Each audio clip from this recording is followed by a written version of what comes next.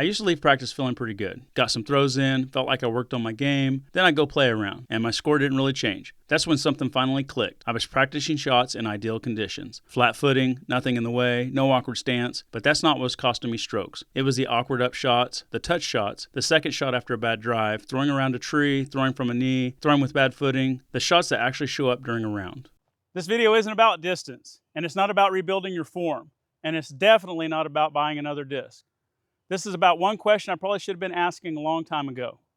Where am I actually losing strokes? Because once you answer that, your practice starts looking a lot different. And honestly, it gets a lot more useful.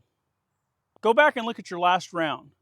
Not just the one good drive you remember, not just that birdie. Look at the whole scorecard. Start counting the strokes inside of 150 feet. Up shots, touch shots, awkward saves. That's where a lot of us are losing strokes. Now ask yourself this. Where did you spend your last practice session?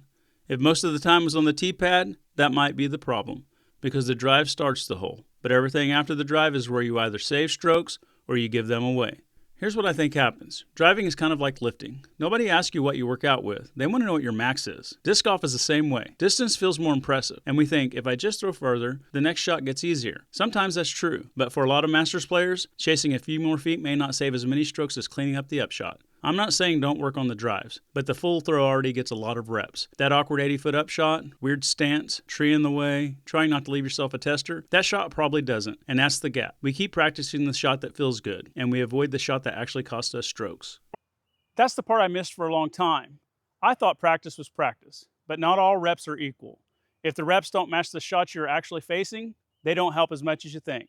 So the goal here isn't just more practice, it's better targeted practice. So here's what I'd start with. Go back to the scorecard. Look at what distance gave you the biggest headache and work with that. For me, it's around 150 feet.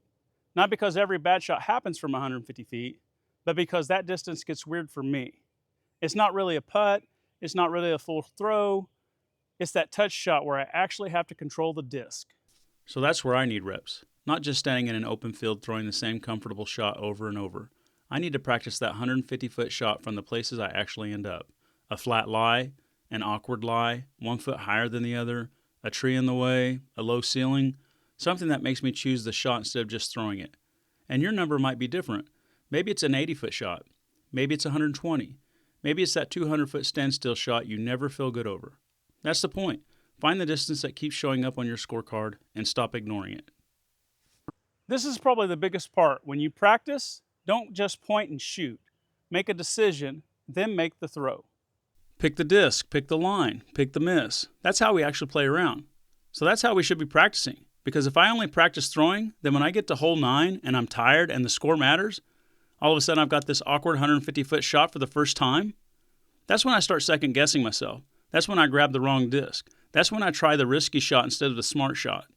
And I don't know about you, but by the back 9, I don't want to be solving every problem from scratch. I want some of those decisions to already feel routine. That comes from practicing them ahead of time. Not just practicing the motion, practicing the choice. Here's what I want you to take from this. The strokes you're leaving on the course, they may not be a power problem. They may not be a form problem. They may just be a practice problem. You might be getting the reps, just not where you need them the most. So before your next practice session, go look at your last scorecard. Look at the bad up shot, those touch shots, the places where you had a chance to save a stroke and you didn't. Then practice those. Not just the fun stuff, the stuff that actually shows up in a round. That's where scores start to move. Not because you suddenly throw farther, but because you stop giving strokes away. And for Masters players, that matters. That's how we play smarter. That's how we play longer. Drop a comment and tell me what you need to be working on. What's costing you the most strokes? I want to hear what the other Masters players out there are working on. If you're a Masters player looking to play smarter and play longer, this channel's built for you. Subscribe and get out and practice. Play smarter, play longer.